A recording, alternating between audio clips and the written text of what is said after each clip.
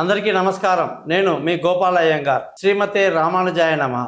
4వ తారీఖు మే నెల 2025 నుంచి 10వ తారీఖు మే నెల 2025 వరకు మేషరాశి నుంచి మీనరాశి వరకు వార ఫలాలు ఎలా ఉందో తెలుసుకుందాం. ఈ వారంలో అత్యంత ముఖ్యమైన విషయం మీ అందరికీ తెలియచేయాలి ఏంటంటే, రాహు మీనరాశిలో ఉండి కేతు కన్యా రాశిలో ఉండి అన్ని గ్రహాలు కూడా ఈ రెండు గ్రహాల మధ్య ఉండిపోవటం అనేది జరిగిందన్నమాట.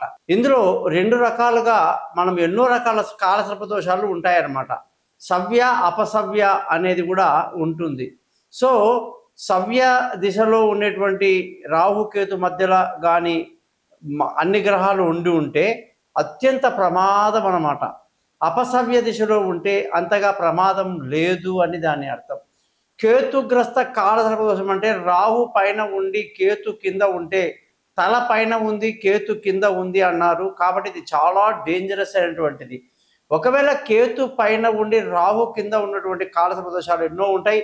అది అత్యంత తక్కువ ప్రమాదాన్ని కలిగి ఉంటాయి. ఇప్పుడున్న పరిస్థితిలో రాహు పైన ఉన్నాడు, కేతు కింద ఉన్నాడు.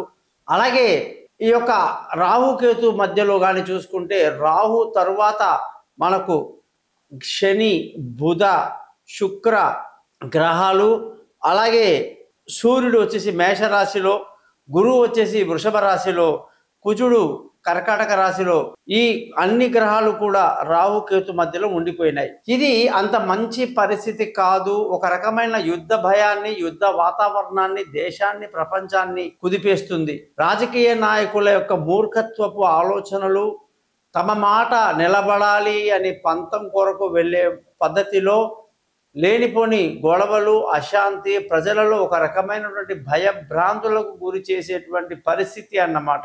ఇటువంటి పరిస్థితిలో మనకు ఆల్రెడీ రాబోయే రోజుల్లో గురుమూఢము అనేది ఏర్పడుతుంది. ఈ గురుమూఢం వల్ల వివాహాలు జరగవు, అన్ని రకాల శుభకార్యాలు పెండింగ్ అయిపోతాయి. ఈ లోపలే మనకు ఈ సూర్యుడు ఎప్పుడైతే గురువు దగ్గరికి చేరుతాడో వృషభ రాశిలో 15వ తారీఖు మే నాడు ఈ లోపల శుభకార్యాలు చెయ్యాలి. ఆ తర్వాత ముందు పోను శుభకార్యాలు తక్కువ ఉంటాయని అందరికీ తెలిసిందే. ఈ మూడాలు వచ్చినప్పుడే అశుభాలు అన్నమాట. మూఢం అంటే అశుభం. అశుభమైన సమయంలో పెళ్లిళ్ళు, గృహప్రవేశాలు లాంటి శుభకార్యాలు రద్దు. మరి అశుభ సమయం అనేది ఏర్పడ్డప్పుడు అక్కడ సూర్యుడితో గురువు, ఇక్కడ రాహు పైన ఉండి కేతు కింద ఉండి అన్ని గ్రహాలు లోపలికి ఉండే అవకాశము దాదాపు అనేక రోజులు, అంటే చాలా రోజులు ఉండే అవకాశాలు ఉన్నాయి. 2 నెలలు, 3 నెలలు, 4 నెలలు కూడా కావచ్చు. అటువంటి పరిస్థితిలో దేశంలో అశాంతి, అలజడి, గొడవలు, టెన్షన్, ప్రజల్లో భయాందోళనలు కలిగే అవకాశాలు ఉంటాయి. కానీ అత్యంత తీవ్రమైన ప్రమాదాలు మాత్రము ఉండదు. ఎందుకంటే ఒకవేళ గ్రహాలన్నీ కూడా కేతు రాహు మధ్యలో కింది నుంచి పై వరకు ఉండుంటే అది ప్రమాదం. గతంలో అలా జరిగి కరోనా లాంటి మహమ్మారి వచ్చింది, కానీ ఇప్పుడు అవకాశం లేదు. ఈ విధమైనటువంటి పరిస్థితి ఉంది కాబట్టి ప్రతి రాశి వాళ్ళు కూడా పరిహారాలు చేసుకోవడం, మంత్రాలు చదువుకోవటం, తమ పనిని శ్రద్ధగా చేసుకోవటం చాలా మంచిదని తెలియజేస్తూ, జ్యోతిష పరంగా ఎటువంటి సందేహాలను నన్ను కాంటాక్ట్ చేయండి.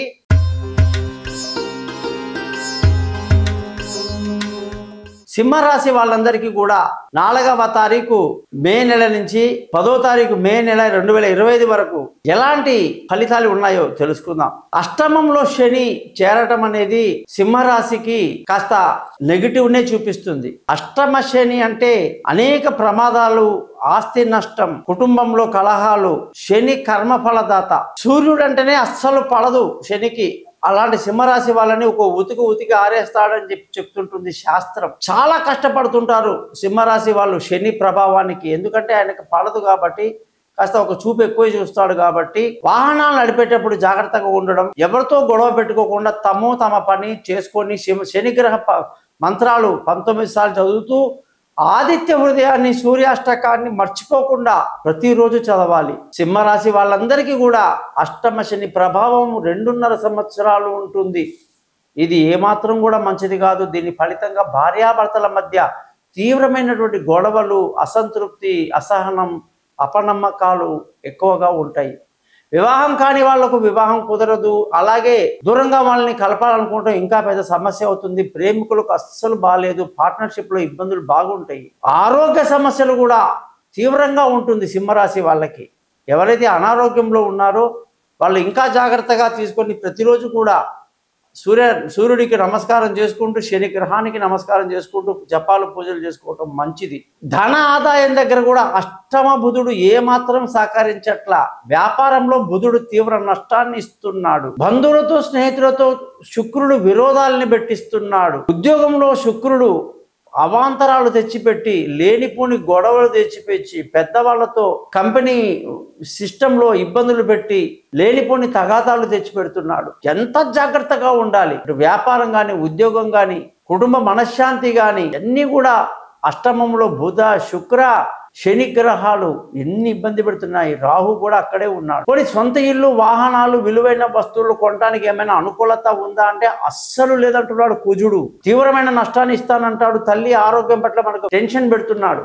గురువు మాత్రమే సూర్యుడికి అత్యంత సన్నిహితమైన మిత్రుడు మంత్రి కాబట్టి తెలివైన నిర్ణయాలు తీసుకునే అవకాశాలు గురువు ఇస్తున్నాడు. అప్రమత్తత ఉండడం మంచిదని చెప్తున్నాడు. తొందరపాటు నిర్ణయాలు వద్దయ్యా, నిర్ణయం చాలా తెలివిగా తీసుకోవటం. దూర ప్రయాణాల్లో కూడా గురువు బాగా అనుకూలిస్తున్నాడు. పిల్లల యొక్క చదువులు వాళ్ళ భవిష్యత్తు గురించి కూడా గురువే చూసుకుంటున్నాడు ఈ రాశి వాళ్ళని. అయితే అష్టమానికి గురువే అధిపతి కాబట్టి ఇక్కడ శని అక్కడ ఉండడం అనేది అనేక సమస్యలకి ప్రాబ్లమ్స్కి గురవకుండా సింహరాశి వాళ్ళు జాగ్రత్తగా ఉండాలి. అదృష్టం ఏమాత్రం ఇవ్వట్లా కుజుడు. తండ్రి నుంచి పెద్దల నుంచి తిరస్కారాలు ఇస్తున్నాడు. వాళ్ళతో విభేదాలు పెట్టిస్తున్నాడు. నలుగురి చేత 4 మాటలు పెట్టిస్తున్నాడు. ఈ విధంగా ఉద్యోగం కానీ వ్యాపారం కానీ సొంత ఆస్తులు కానీ ఆరోగ్యం కానీ భార్యాభర్తలు కానీ అనేక రకాలుగా ఈ రాశి వాళ్ళని ఈ గ్రహాలు బాధ పెడుతున్నాయి. అయితే సూర్యుడు మాత్రమే భాగ్యస్థానంలో ఉండి మిమ్మల్ని కాపాడుతున్నాడు. సెల్ఫ్ కాన్ఫిడెన్స్ ఇస్తున్నాడు. అన్ని సమస్యల నుంచి బయటికి లాగేస్తున్నాడు. మీరందరూ కూడా మఖా నక్షత్రం వాళ్ళు పుట్టిన వాళ్ళు కేతు గ్రహానికి అంటే వినాయకుడికి, పుబ్బా నక్షత్రం పుట్టిన వాళ్ళు శుక్ర గ్రహానికి అంటే లక్ష్మీ అమ్మవారికి, ఉత్తర నక్షత్రంలో పుట్టిన వాళ్ళు సూర్యుడికి అంటే సింహరాశిలో ఉన్నటువంటి సూర్యుడికి ఆదిత్య సూర్యరాశి చదువుకోండి. అలాగే మీరందరూ కూడా ఈ ఛానల్ని సబ్స్క్రైబ్ చేయండి అని చెప్పి నమస్కరిస్తూ గోపాలయ్య గారు.